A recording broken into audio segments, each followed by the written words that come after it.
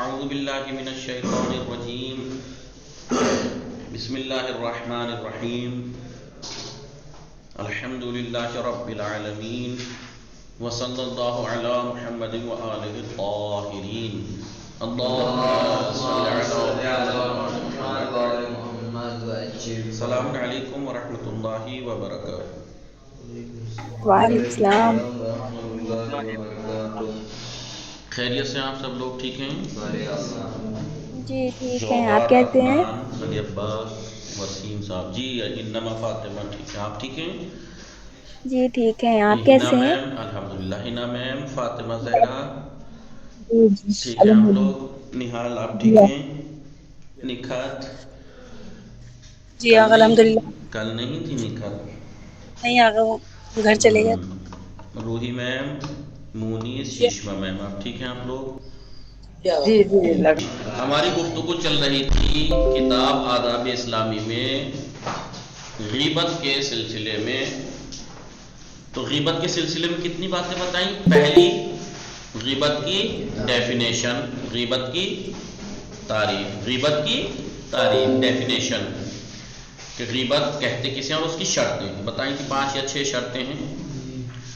ان کے پورا جب ہوں گی تبھی غیبت کہلائے گی، وہ نہیں تو غیبت نہیں ہوگی. غیبت کے بارے میں دوسری چیز کیا بتائی تھی؟ غیبت کی حرمت، کہ غیبت کتنا بڑا جرم ہے، گناہ ہے، اور کتنا سخت اس کی سزا ہے. تیسری چیز کیا بتائی تھی غیبت کے بارے میں؟ غیبت کی وجہیں، اسباب. کوئی بھی انسان جب کسی کی غیبت کرتا ہے تو کیا وجہ ہوتی ہے؟ 8 وجہیں بتائی تھی کہ جب بھی کوئی انسان اگر غیبت کر رہا ہے تو انہی 8 سبب میں سے کوئی سبب اس کے اندر ہوتا ہے. لہٰذا میں نے بتایا تھا آپ لوگوں کو کہ اگر بیماری ہے غیبت، تو بیماری کے لیے کیا ہوتا ہے بیماری میں کہ پہلے ڈاکٹر دوا کا اس کا بیماری کو نہیں دیکھتا ہے، بیماری کی جڑ پہلے دیکھتا ہے. بیماری مریض سے پوچھ لے گا، مریض بتا دے گا یہ پرابلم ہے، لیکن ڈاکٹر کیا کرے گا؟ اس کی جڑ پوچھے گا کہ سبب کیا ہے. جی پیٹ میں درد ہے، رات کیا کھایا تھا آپ نے؟ تو اگر آپ نے کہا بھائی رات میں نے جلی ہوئی روٹی، سوکھی ہوئی روٹی کھا لی تھی، تو پھر وہ آپ کے پیٹ کا علاج نہیں کرے گا، پھر وہ آنکھوں کا علاج کرے گا، دماغ کا نہیں کہ تم نے ایسی روٹی کھائی کیوں تھی. ٹھیک ہے؟ تو یہ تو مذاق کی بات تھی. لیکن ڈاکٹر جو ہوتے ہیں وہ کیا کرتے ہیں؟ کسی بھی بیماری کی وجہ پتہ لگاتے ہیں، اس وجہ کو روک دیجئے، بیماری ختم ہو جائے گی. اسی طریقے سے غیبت بھی ایک بیماری ہے. جب انسان کے اندر یہ بیماری آ جاتی ہے تو پتہ لگانا چاہیے کہ ہمارے اندر اگر یہ بیماری ہے تو یہ وجہ کیا ہے. کیا ہمیں حسد ہے کسی سے؟ نہیں. حسد کی بیماری ہے تو اگر حسد کی وجہ سے ہم کسی کی غیبت کرتے ہیں تو ہمیں حسد کا علاج کرنا چاہیے. جی اگر ہمارے اندر غرور و تکبر ہے، غرور و تکبر کی وجہ سے ہم کسی کی غیبت کرتے ہیں تو پھر ہمیں تواضع اختیار کرنا چاہیے. تکبر کو چھوڑ کے ہمیں، ابھی ہمارا غرور و تکبر کیا کہتا ہے؟ ہم کتنا بھی بڑا آ جائے ہمیں نہیں کھڑا ہونا، ہمیں اس کا احترام نہیں کرنا. اس کا علاج کیا ہے کہ ابھی تو ہم بڑوں تک کو بھی، اب ہم چھوٹوں کے سامنے بھی کھڑے ہوں، ان کا بھی احترام کریں، اس کا اپنے نفس کی مخالفت کرتے رہیں. ایک دن شروع میں سخت لگے گا، ایک دن عادت ہو جائے گی، سارا غرور و تکبر ختم ہو جائے گا. اب میں نے بتایا تھا علاج 2 طرح کا ہوتا ہے. ایک علاج کیا ہے؟ علمی، اور ایک عملی، پریکٹیکلی. علمی یعنی آپ کسی بھی گناہ کی کتنا بڑا گناہ ہے، کتنی حرمت ہے، کیا سزا ہے، خدا کتنا غضبناک ہوتا ہے، اس بارے میں جانکاری حاصل کیجئے.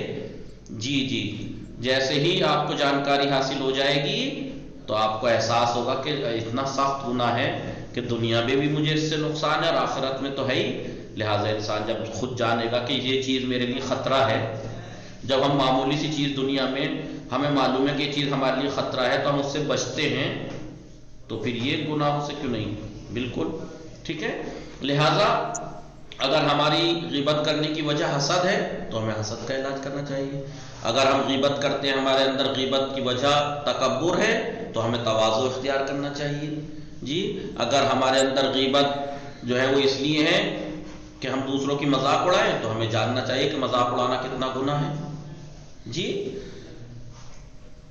ہر وہ جو آٹھ اسباب جو دے رکھے ان کا علاج ہمیں کرنا چاہیے. پھر اس کے بعد جو چوتھی چیز غیبت کے بارے میں بتائی جو ہم پڑھ رہے ہیں وہ کیا تھی؟ غیبت کے مستثنیات. مستثنا یعنی جدا جو ہوتے ہیں، یعنی غیبت سے ہٹی، یہ غیبت نہیں مانی جائے گی، غیبت سے جدا ہے. کچھ چیزیں ایسی ہیں جو ظاہراً دیکھنے میں وہی غیبت ہی ہے لگتی ہیں، لیکن وہ غیبت نہیں ہے. غیبت کا جیسا اس میں کوئی وہ نہیں ہے، بلکہ بعض ٹائم تو ضروری ہو جاتا ہے.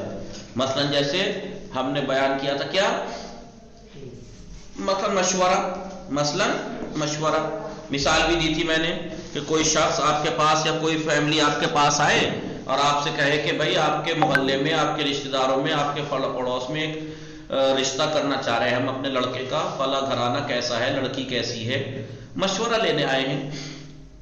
تو اگر آپ ان کی جو کمی ہے جو انصاف میں ہے، انصافاً آپ کو بتائیں، یہ غیبت نہیں ہوگا، بلکہ مشورے کی کتنی اہمیت ہے. مشورہ بھی میں نے آپ کو بتایا تھا، مشورہ اگر کوئی آپ سے مانگ رہا ہے تو جو مومنین کے پروردگار عالم نے ایک دوسرے کے اوپر حق رکھے ہیں، ان حقوق میں سے ایک حق یہی ہے کہ اگر کوئی مشورہ طلب کرے کسی بارے میں تو آپ اسے اچھا مشورہ دیں. ٹھیک ہے، لہذا اگر کوئی مشورہ آپ سے کرنا چاہ رہا ہے کسی کے بارے میں تو کیا ہوگا؟ ہمارا فرض بنتا ہے کہ ہم آگاہ کریں انہیں، ہم انہیں آگاہ کریں. یا مثلا ذکر کیا تھا کہ غیبت اور کون سی چیزیں؟ انصاف کا مطالبہ. جب ہمارے اوپر خدا نخواستہ یا کسی بھی انسان کے اوپر ظلم ہوتا ہے، اس کا حق مارا جاتا ہے، تو جب تک وہ جج یا قاضی کو اپنے اوپر ہوئے ہوئے ستم، ظلم، ناانصافی کو نہیں بتائے گا، تب تک اسے انصاف کیسے ملے گا؟ انصاف، صحیح انصاف ملنا اسی پہ ڈیپینڈ کرتا ہے کہ ہم ظالم کی باتیں بتائیں. لہٰذا یہ غیبت شمار نہیں ہوگی. ٹھیک ہے. یا مثلا خبردار کرنا ہے ہمیں کسی کو، ہمیں معلوم ہے کہ یہ فلاں شخص غلط آرگنائزیشن سے ہے، یا فلاں آرگنائزیشن غلط ہدف لے کے چلتی ہے، یہ جس جگہ جائے گی، جس علاقے میں جائے گے، وہاں کے جوانوں کو گمراہ کریں گے. لہٰذا ہمارا فرض بنتا ہے اگر ہم جانتے ہیں تو کہ اس سماج، اس معاشرے کو ہم خبردار کریں، وہاں کے بڑوں کو بتائیں کہ بھئی یہ دیکھو ایسا ایسا معاملہ ہے. یا مثلا یہ بھی غیبت شمار نہیں ہوگا. یا مثلا آپ نے دیکھا ہے کہ یہاں تو ایسا نہیں ہے شاید، بڑی یونیورسٹیز میں ہو تو نہیں معلوم مجھے، لیکن ایران میں ایسا ہے کہ ایک سبجیکٹ کے پڑھانے والے کئی استاد ہیں، ایک سبجیکٹ کے کئی استاد ہیں، الگ الگ ٹائمنگ پہ ہیں، لہذا یا ایک ہی ٹائمنگ پہ بھی ہیں. تو جب انسان ٹرم میں، جو اس کی ٹرم ہے سال میں پڑھائی کا، تو اسے اختیار ہوتا ہے کہ وہ کون سا استاد چوز کرے فلاں سبجیکٹ کے لیے. ایسا ہے یہاں کہیں یونیورسٹیز میں ہوتا ہے ایسا؟ نہیں آقا جی. تو وہاں یہ ہے کہ آپ کو اختیار ہے، اسٹوڈنٹ کو اختیار ہوتا ہے کہ وہ فلاں مثلا اس ٹرم میں یہ کتابیں ہمیں پڑھنی ہیں، ہمیں پتہ ہے کہ اس ٹرم میں یہ کتابیں ہیں، اب یہ کتابیں مجھے اختیار ہے کہ میں یہ والا سبجیکٹ، اتنے پتہ لگا اس پہ 6 استاد یہ سبجیکٹ پڑھا رہے ہیں، ٹائمنگ کسی کی یہ ہے، کسی کی ہے، میرا جہاں سیٹ بیٹھ رہا ہے، یعنی ٹائمنگ ہمارے اختیار میں ہوتی ہے. اب مثال کے طور پر آپ نے ایک استاد سے کوئی ایک کتاب پڑھی ہے، مثلا نحو پڑھی، اصول پڑھی، پھر جون سی بھی کوئی ایک کتاب پڑھی، ٹھیک ہے.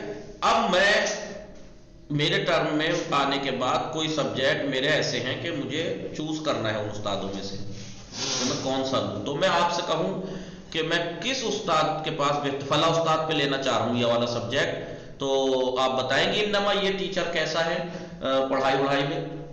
تو آپ کہیں کہ نہیں بھائی لینا مت، پکاتے ہیں خالی، ان سے مت پڑھنا، ٹائم پاس کرتے ہیں، کوئی سوال کرو تو جواب صحیح نہیں دے پاتے، غصہ کرتے ہیں، یہ کرتے ہیں، وہ کرتے ہیں، اور اخلاق نہیں ہے ان میں، تمیز سے بات نہیں کرتے ہیں. تو آپ نے یہ جو مجھے بتایا یہ غیبت نہیں ہے. کیوں؟ کیونکہ میں نے آپ سے مشورہ طلب کیا تھا. تو ایسا وہاں ٹیچر چوز کرنے کا آپشن ہوتا ہے. لہٰذا اب ظاہر سی بات ہے کہ مجھے پتا ہے یہ 8 ٹیچر یہ والا سبجیکٹ 8 ٹیچر پڑھا رہے ہیں، مثلا ٹائمنگ کسی کی یہ ہے، کسی کی ہے، کسی کی یہی ایک ٹائم ہے. تو مجھے تو نہیں پتا کہ کون کیسا ہے. اور آپ جانتے ہیں کہ پڑھے لکھے تو بھلے ہی ہوں سارے، لیکن پڑھانے کی صلاحیت ہر ایک میں نہیں ہوتی. بہت بہت پڑھے لکھے لوگ ہوتے ہیں، بہت زبردست ہوتے ہیں، لیکن وہ پڑھا نہیں پاتے. وہ خوب پڑھے لکھے ہیں لیکن پڑھا نہیں پاتے. اور کچھ ہوتے ہیں مڈل ہیں لیکن پڑھاتے بہت اچھا ہے. ٹھیک ہے. تو کچھ میری طرح ہوتے ہیں، نہ پڑھ پاتے ہیں نہ پڑھا پاتے ہیں. ٹھیک ہے. ہاں کہا آپ تو سب سے اچھے ہیں، بہت لہٰذا اچھا کیا ہوتا ہے یہاں پر جو آپ سے میں نے مشورہ طلب کیا، تو آپ کیا کہیں گے کہ بھائی جو آپ کا حق بنتا ہے، اب میں نے آپ سے، اب آپ کے اوپر ایک حق ہو گیا نا میرا، آپ کو ادا کرنا پڑے گا، کیونکہ مومنین کے حقوق میں سے ایک حق یہ بھی ہے. میں نے آپ سے مشورہ طلب کیا، آپ کو صحیح بتانا پڑے گا کہ استاد کیسے ہیں، لوں فائدہ ہے یا نہ لوں فائدہ ہے. تو اسے غیبت نہیں کہا جائے گا. سمجھ میں آ رہا ہے آپ لوگوں کو سب کو؟ جی جی. یا مثلاً رشتے کی بات آئی، یا مثلاً فرض کیجئے ہاں کوئی معاشرہ ہے محرم میں کسی خطیب کو بلا رہا ہے، یا مستقل امام جمعہ بلا رہے ہیں، یا اس طریقے کا کوئی انسان یا کوئی اور ایسا بلانا چاہ رہے ہیں وہ، اور مجھے معلوم ہے کہ جس کا نام کی ڈسکس چل رہی ہے بلانے کی، اس میں یہ پرابلم ہے. تو میں کیا کروں گا، میں کم سے کم اس معاشرے کو یا کم سے کم وہاں کے ذمہ دار لوگوں کو بتانا میرا فرض ہے کہ بھائی یہ انسان آپ کے لیے مناسب نہیں ہے، یہاں کے لیے مناسب نہیں. تو یہ بھی غیبت، اسے کہتے ہیں برائیوں کا سد باب، یعنی برائیوں کا پہلے ہی دروازہ بند کر دینا. ایک چیز اور ہے جرح و تعدیل. یاد ہے جرح و تعدیل کے بارے میں بتایا تھا؟ جرح و تعدیل کا مطلب یہ ہے، مثال کے طور پر آپ عدالت میں ہیں، خدا نہیں کسی اور کی مثال دو، خدا نہ کرے کسی کے ساتھ ایسا ہو، عدالت میں ہیں، آپ کے اوپر کچھ کیس چل رہا ہے یا کسی کے اوپر کوئی کیس چل رہا ہے. تو ظاہر سی بات ہے کہ جج ایسی تو خالی وکیل کی سن کے فیصلہ نہیں کرتا، گواہ پیش کیے جاتے ہیں. جی گواہ جی پیش کیا جاتا. اب آپ کے خلاف کوئی گواہی دینے آیا تو آپ اس کو توڑ پیش کریں گے؟ اس کا نہیں کریں گے. تو جھوٹ بول رہے ہیں، اس نے تو وہاں پہ یوں کیا تھا یا فلاں نے ایسا کیا تھا، اس کی باتیں بتائیں گے نہیں بتائیں گے؟ ورنہ اگر آپ خاموش کٹگھرے میں کھڑے رہے تو ساری وہ جو گواہی ہیں وہ سچ مانی جائیں گی، چاہے وہ جھوٹی کیوں نہ ہو. ایسا ہی ہے نہیں؟ جی لہذا یہاں پر آپ اسے فاسق عادل، یا تو اگر آپ کے مخالف ہے اور وہ غلط بول رہا ہے تو اسے فاسق ثابت کریں گے آپ کہ فاسق ہے، جھوٹ بولتا ہے، بکا ہوا ہے، پیسوں میں گواہی دیتا پھرتا ہے. اور اگر آپ کے موافق کوئی حقیقت میں یا کسی کے بھی موافق سچی اور عدالت سچی گواہی دے رہا ہے کوئی، تو وکیل تو ظاہر سی بات ہے کتنا بھی آپ گواہ سچ بول لے تو آپ کا وکیل تو تائید کرے گا اس کی، لیکن مخالف وکیل تو چاہے جتنا سچ بول لو آپ کی کاٹ ہی کرے گا نا. جی لہذا ہم اپنے اس کو عادل ثابت کریں گے نہیں کریں گے؟ تو ایک کو برا ثابت کریں گے گواہوں کو، تو یہ جو غلط ثابت کریں گے اس کے عیب بیان کریں گے، یہ غیبت نہیں کہلائے گی. یا مثلا مثال کے طور پر آپ کے سامنے کوئی روایت لا کے دیکھیے آپ کے مذہب میں یہ حدیث ہے، یہ حدیث ہے، آپ تو ایسا کہتے ہیں اور یہ حدیث تو کچھ اور کہہ رہی ہے. تو آپ کیا کہیں گے؟ کس سے نقل ہوئی یہ روایت؟ ان فلا ان فلا ان فلا، فلا نے فلا سے فلا. ہاں یہ فلا تو شرابی تھا بھائی، یہ روایت ضعیف ہے، یہ روایت ضعیف ہے. بیچ میں جو ہے یہ ابو ہریرہ ہے، ابو ہریرہ تو پیسوں میں بک کے بیچا کرتا تھا، حدیثیں گھڑا کرتا تھا، یہ حدیث معتبر نہیں ہے، گھڑی ہوئی حدیث ہے. تو ہم نے کیا کیا؟ تو جن لوگوں نے روایت نقل کی تھی ہم نے کیا کیا؟ ان کی حقیقت، یعنی ایک طرح سے کہہ لو ان کا بایو ڈاٹا، ان کا شجرہ نکالا ہم نے، ان کا شجرہ نکالا ہم نے. کیا کیا؟ یہ تو جھوٹا ہے. آپ نے دیکھے علم رجال میں نے نام لیا تھا، علم رجال ایک علم ہے راویوں کا. راوی جانتے ہیں کسے کہتے ہیں؟ راوی جی راوی جو روایت نقل کرتے ہیں، جو روایت آپ نے بہت سی روایتیں دیکھی ہوں گی، قالا نہیں مطلب قالا فلا، فلا نے کہا، انہوں نے ان فلا، انہوں نے ان سے کہا ان فلا ان فلا ان فلا ان فلا ان رسول اللہ، انہوں نے رسول اکرم سے مثلا نقل کیا ہے. ایسے ہی ہوتا ہے. تو بیچ میں جو یہ سلسلہ ہوتا ہے، ابھی ڈائریکٹ تو میں اگر میں کوئی آپ سے کوئی روایت نقل کروں تو میں ڈائریکٹ یہ کہوں گا میں نے رسول خدا سے سنا، تو ہنسیں گے آپ میرے اوپر رسول خدا یہاں یہ کہاں سے سننا ہے ان سے؟ میں نے فلاں سے سنی، مثلا انہوں نے فلاں سے، انہوں نے فلاں سے، انہوں نے وہاں سے پڑھی، انہوں نے وہاں سے، انہوں نے فلاں سے، اور انہوں نے فلاں سے، اور انہوں نے مثلا امام صادق علیہ السلام سے. تو اب اگر یہ جو سلسلہ وہاں تک پہنچ رہا ہے، یہ سلسلے کے سارے راوی اگر عادل ہیں تو ہمیں یقین ہے کہ یہ جھوٹ نہیں بولتے، عادل ہے، روایت ٹھیک ہے. لیکن بیچ میں ایک شرابی کبابی تھا، مثلا شرابی تھا، بکا ہوا تھا، فاسق تھا، تو اسی اعتبار سے آپ نے دیکھیں گے علم رجال میں جا کے جو حدیثوں کی تقسیم بندی ہوئی ہے نا، حدیثوں کی قسمیں پڑھیں گے آپ، حدیث متواتر، حدیث احاد، حدیث موثق، حدیث حسن، حدیث کی قسمیں جو بنی ہے، یہ کس لیے بن گئی ہے حدیث کی قسم؟ حدیث تو حدیث ہے، اتنی قسمیں کیسے بن گئی؟ یہ اسی اعتبار سے بنی ہے.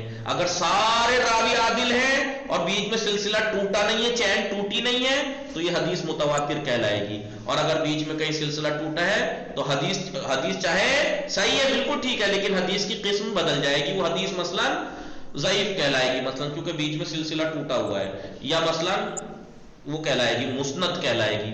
یا مثلا اگر بیچ میں شرابی تھے، جواری تھے، گنہگار تھے، غیر شیعہ تھے، اور ان بیچ میں اس نے فلاں سے سنا، تو اس میں اگر سلسلے میں ایسے لوگ بھی ہیں تو وہ حدیث مثلا ضعیف مانی جائے گی، چاہے وہ روایت ٹھیک ہو، کسی اور طریقے سے ثابت ہو گئی وہ ٹھیک ہے یہ، لیکن یہ والا سلسلہ ضعیف کہلائے گا، یہ والا سلسلہ ضعیف کہلائے. جی بہرحال میں میرے جال میں پہنچ گیا. بات کہنے کا مقصد یہ ہے کہ یہاں پر جو ہم نے بیچ میں نقل کرنے والے راویوں کی باتوں کو ہم نے ان لوگوں کو شجرے کھنگالے، ان کی برائی کی کہ یہ شرابی تھا، یہ جواری تھا، یہ فاسق تھا، یہ یوں تھا، یہ یوں تھا، تو یہ غیبت نہیں کہلائے گی، یہ غیبت نہیں کہلائے گی. سمجھ میں آیا آپ لوگوں کو؟ جی یہ غیبت نہیں کہلائے گی. اسے کہتے ہیں جرح و تعدیل. ایک ہے عرفیت. عرفیت تو میں نے باقاعدہ آپ کو بتایا تھا، اور آپ کو سمجھ میں بھی سب سے زیادہ یہی آیا ہوگا ہے.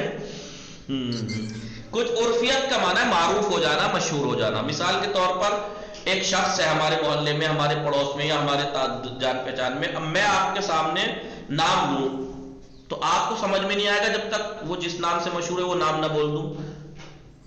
کون بھائی؟ وہی لڈن. کون لڈن؟ اب لنگڑا لڈن. جی جب تک وہ لنگڑا نہیں لگائے گا آپ کے سمجھ میں نہیں آئے گا. جی کون ببن؟ وہ اندھا ببن، کانا ببن، یہ ویسی کانا، اندھا، لنگڑا، اس طریقے کے نام مشہور ہو جاتے ہیں سماج میں یا نہیں؟ جی موٹا، موٹی، اور فلانا، دبلی، اور پتلی، اور لمبی، اور ٹھگنی، یہ سب نام. البتہ اس کے بارے میں نے آپ کو بتایا تھا، انہوں نے بتایا تھا، البتہ جس نے سب سے پہلے یہ نام رکھا ہے اس کا وہ گنہگار ہے، لیکن اب کیونکہ مشہور ہو گیا ہے، بغیر اس کے وہ پہچانا نہیں جاتا، لہٰذا اب بول سکتے ہیں، مثلا موٹا شدن. جی یہ غیبت نہیں کہلائے گی. البتہ میں بار بار کہہ رہا ہوں کہ پہلا نام رکھنے والا گنہگار ہے. ساتھ میں جو چیز تھی یہاں پر کیا تھی، دیکھیے مذہب میں نئی ایجاد کرنے والے کچھ لوگ ایسے ہوتے ہیں جو بدعت ڈالتے ہیں دین میں، نئی نئی باتیں ایجاد کرتے ہیں. آپ نے دیکھا ہوگا بہت سے لوگ رسموں کے نام پہ، کس کے نام پہ دین میں بدعت ڈال دیتے ہیں دین میں. لہذا ان کو پہچانوانا، لوگوں کو پہچانوائیے ان لوگوں کو کہ یہ، بلکہ حدیث میں یہاں تک ہے جب بھی تم، رسول اکرم کیا فرماتے ہیں، جب بھی اہل بدعت کو دیکھو تو ان سے بیزاری اختیار کرو، انہیں برا کہو، اور ان کے سلسلے میں جو بھی جانتے ہو لوگوں سے بیان کرو. آٹھواں ہے جو کہ غیبت نہیں کہلائے گا، کیا؟ کھلے عام گناہ کرنے والا. ایک انسان ہے جو کھلے عام گناہ کرتا ہے، دنیا کو دکھا کے شراب پیتا ہے، جو کرتا ہے کھل کے کرتا ہے، اسے اپنی عزت کی پرواہ نہیں ہے. تو آپ خود سوچئے، جسے اپنی خداوند عالم نے غیبت کو حرام کیوں کہا ہے؟ تاکہ ایک مومن کی آبرو محفوظ رہے. لیکن جب اسے اپنی آبرو کی پرواہ نہیں تو پھر دوسرے کیوں کریں؟ روایات کے مطابق لوگوں کے ایک اور گروہ کی غیبت جائز ہے. کون ہے یہ لوگ؟ یہ وہ لوگ ہیں جو کھلے عام گناہ کرتے ہیں اور انہیں اس بات کی فکر بھی نہیں ہوتی کہ لوگ ان کی حرکت سے آگاہ ہوں گے یا نہیں. پیغمبر اکرم صلی اللہ علیہ وآلہ وسلم ان افراد کے سلسلے میں فرماتے ہیں، اللہم صلی اللہ علیہ وسلم، ثلاثۃ لا غیبۃ لہم، تین لوگوں کی غیبت جائز ہے، یعنی تین لوگوں کی غیبت نہیں ہے. کون کون سے؟ صاحب الہوا، ہوا یعنی خواہشات نفس کی پیروی کرنے والے، جو انہوں کے دل نے کہا، کہیں بھی منہ مارتے پھرتے ہیں، جسے آپ اپنی زبان میں کہتے ہیں نا، کہیں بھی منہ مارتے پھرتے ہیں، جو اپنے نفس کی پیروی کرتے ہیں، شراب پی لیں گے، جوا کھیلیں گے، گانے سنیں گے، یہ کریں گے جو دل نے کہا وہ۔ اور والفاسق المعلن، فاسق المعلن اعلان یعنی کھلم کھلا فسق کرنے والا، گناہ کرنے والا جی۔ والامام الجائر، اور ظالم حاکم، ظالم حاکم، آپ کا حاکم ظالم ہے، آپ کے خلاف ماحول بناتا ہے تو آپ کھلا کھلا بولیے، چاہے وہ مومن ہی کیوں نہ ہو جی۔ نیز آپ صلی اللہ علیہ وآلہ وسلم فرماتے ہیں، اور آپ یہ بھی فرماتے ہیں اذا جاہر الفاسق بفسقہ، جی فاسق گناہ کرنے والا، اذا جاہرا جب کھلم کھلا کرنے لگے اپنے فسق کو جی، اس کا کوئی فلا حرمت لہ، تو اس کا کوئی احترام نہیں ہے۔ گنہگار اگر اپنے گناہوں کو کھلم کھلا انجام دینے لگے تو اس کی کوئی حرمت نہیں ہے، ولا غیبت، اور نہ ہی اس کی کوئی غیبت ہے۔ غیبت ہے نہیں کیا مطلب، نہیں غیبت جائز ہے، اس کی غیبت غیبت نہیں کہلائے گی۔ لہذا بہت سے لوگ ہوتے ہیں کھلم کھلا کرتے ہیں، انہیں غیرت ہی نہیں۔ تو ہم نے 4 باتیں پڑھی غیبت کے بارے میں، پہلی غیبت کی ڈیفینیشن، دوسری غیبت کی حرمت، تیسری غیبت کے اسباب، چوتھی غیبت کے مستثنیات، غیبت جو غیبت نہیں کہلاتی۔ 5ویں چیزیں ابھی تک غیبت کرنے والے کے بارے میں بات چلی تھی، اب غیبت سننا۔ غیبت سننا کیسا ہے؟ کبھی آپ سوچیں غیبت کرنا ہی گناہ ہے، نہیں، غیبت سننا بھی دیکھ لیجئے کیا ہے۔ غیبت کرنا جتنی بری چیز اور گناہ ہے، اور جس طرح غیبت کرنے والا خدا کے قہر و غضب کا مستحق ہوتا ہے، خدا اس سے ناراض ہوتا ہے، غضبناک ہوتا ہے، اسی طرح غیبت سننا بھی گناہ کبیرہ ہے۔ دیکھیے غیبت کرنا کو گناہ کبیرہ کہا، غیبت سننا بھی گناہ کبیرہ ہے۔ اس لیے کہا گیا کہ اگر آپ نہیں روک سکتے تو اٹھ کے چلے جاؤ، وہاں سے اٹھ کے تو جا سکتا ہے انسان جی۔ پیغمبر اکرم صلی اللہ علیہ وآلہ وسلم اس سلسلے میں فرماتے السامع للغیبت احد المخطابین، یعنی السامع للغیبت، غیبت کو سننے والا، احد المخطابین، غیبت کرنے والوں میں سے ایک ہے۔ غیبت سننے والا بھی غیبت کرنے والوں میں ہی سے ایک ہے۔ امام جعفر صادق علیہ السلام فرماتے ہیں الغیبت کفر، غیبت کفر ہے، غیبت کفر ہے، والمستمع لہا، اور اس کا سننے والا، غیبت کا سننے والا، والراضی بہا، غیبت پر راضی ہونے والا، مشرک، یہ مشرک ہیں۔ غیبت کرنے والا کافر ہے، اور غیبت سننے والا یا غیبت پہ اس کی راضی رہنے والا مشرک ہے، مشرک۔ بات دیکھیے کافر اور مشرک۔ بعض روایات میں یہ تاکید کی گئی ہے کہ اگر تمہارے سامنے کسی مومن کی غیبت ہو رہی ہے اور تم اس کا جواب دے سکتے ہو، روک سکتے ہو، تو ضروری ہے کہ اس مومن کا بچاؤ کرو۔ یہ مت دیکھو وہ مومن سے میری آپسی ناراضگی ہے لہذا ہونے دو اس کی غیبت، نہیں، آپ اللہ کے لیے اس کا بچاؤ کیجئے، اللہ قیامت میں آپ کی عزت کا بچاؤ کرے گا جی۔ اللہ آپ یہ، ہم لوگ کیا سوچتے ہیں ہمارے ہاں نیکی بھی ہوتی ہے نا تو مقابلے کے جذبے والی ہوتی ہے، مقابلے کے جذبے والی ہوتی ہے، ہم نیکی بھی کرتے ہیں تو مقابلے کی کرتے ہیں، مطلب اس نے میرے ساتھ نیکی کی تھی تبھی کروں گا، میں نہیں کی تھی تو میں نیکی نہیں کروں گا، ایسا ہے۔ ہم نیکی بھی تو بتائیے ہم کتنا نادان ہے وہ انسان کہ جو یہ سوچتا ہے کہ مجھے نیکی کا بدلہ اسی سے چاہیے، یہ نیکی کرے گا تبھی کروں گا۔ آپ سوچیں اگر میں نیکی کر رہا ہوں اور مجھے یہ پتا ہے کہ میرا خدا کتنا قدرت مند ہے کہ یہ مجھے کچھ نہیں دے سکتا، اپنی زندگی بھر کی کمائی اور دولت کروڑوں بھی دے دے گا، وہ بدل نہیں ہو سکتا اگر جو خدا اجر دے گا جو۔ لہذا اگر ایک مومن کی کہیں غیبت ہو رہی ہے، بھلے ہی میرے اس سے آپسی ناراضگی ہے یا دشمنی بھی سمجھ لیجئے، میری دشمنی ہے کسی بات کو لے کے اس سے، لیکن مومن ہے وہ، اور آپ کے سامنے اس کی غیبت ہو رہی ہے، آپ بچاؤ کیجئے، آپ کا ہمارا فرض بنتا ہے اس کا بچاؤ کریں۔ ٹھیک ہے ہماری آپسی ناراضگی ہے لیکن غیبت اس کے بارے میں اگر کوئی کر رہا ہے تو اسے بچاؤ کرے، اور اس لیے نہیں کہ اس کے نگاہ میں اچھا ہونے، اللہ ہمارا دیکھ رہا وہی کافی ہے۔ پیغمبر اکرم صلی اللہ علیہ وآلہ وسلم اس سلسلے میں فرماتے ہیں من رد عن اخیہ غیبتا سمعها فی مجلس، جو بھی رد کرے یعنی روکے یعنی بچاؤ کرے، ان اخیہ اپنے بھائی مومن بھائی کی غیبت کا، سمعها جو سن رہا ہے کسی جگہ پر، یعنی جو اپنے مومن بھائی کی کسی جگہ غیبت سن کر اسے روکے، اس کا بچاؤ کرے مومن کا، رد اللہ عنہ الف باب من الشر فی الدنیا والآخرہ، تو خداوند عالم جس نے غیبت کرنے سے مومن کے بچاؤ کیا ہے اس کے لیے کیا کرے گا؟ 1000 قسم کی برائیاں دنیا اور آخرت میں سے دور کر دے گا. برائیاں جی ٹھیک ہے، 1000 دروازے بند کر دے گا برائیوں کے، دنیا میں بھی اور آخرت میں بھی. آپ سوچئے ہمیں کیا چاہیے جی؟ قیامت کا جو محشر کا میدان ہوگا قیامت میں، اس میں کسی کو کسی کی پرواہ نہیں ہوگی، سب اپنے اپنے، وہاں کوئی پناہ گاہ نہیں ہوگی صرف خدا کے علاوہ. لہذا اگر وہاں کسی کو خدا کی پناہ مل جائے اور کیا چاہیے اسے، اور ہمیں خدا کی پناہ چاہیے. تو یہ چیزیں ہیں، یہ چیزیں کام آئیں گی. ٹھیک ہے، ہم کسی مومن کا بچاؤ کریں، اس کی عزت کو بچائیں. کہیں پہ اگر کوئی اس کی توہین کر رہا ہے، کوئی اس کی عزت اتار رہا ہے، اس کی غیر موجودگی میں اس کی غیبت کر رہا ہے، اسے بچائیں، اس کی بچائیں. کہیں اسے بھائی ایسا کیوں کہہ رہے ہو آپ اس کے بارے میں، ایسا تو نہیں ہے، یا ایسا ہے بھی تو آپ ایسے، آپ کو کس نے حق دیا ایسا کرنے کا؟ واضح رہے کہ اگر دفاع نہیں کر سکتا اور غیبت کا جواب نہیں دے سکتا تو یہ نہ سوچے کہ بھائی میری تو کوئی سن نہ رہا تھا اس لیے میں مجبور تھا. تم ٹھیک ہے، بچاؤ کرنے پہ مجبور تھے نا، بچاؤ نہ کرنے پہ مجبور تھے نا، بچاؤ نہیں کر پا رہے تھے نا، تو اٹھ کے جانے پہ تھوڑی مجبور تھے، اٹھ کے نہ جانے پہ اٹھ کے چلے جائیے. تو اس جگہ سے اٹھ کر چلا جائے تاکہ ان کا شریک نہ کہا جائے. سمجھ میں آیا آپ لوگوں کو؟ یہ غیبت کا درس تمام ہوا. خلاصہ یہ ہوا کہ غیبت کی جو بنیادی سبب ہیں وہ یہ ہیں. کوئی انسان اگر غیبت کرتا ہے تو دل کو ٹھنڈک پہنچانے کے لیے، سکون قلب، اسے سکون ملتا ہے.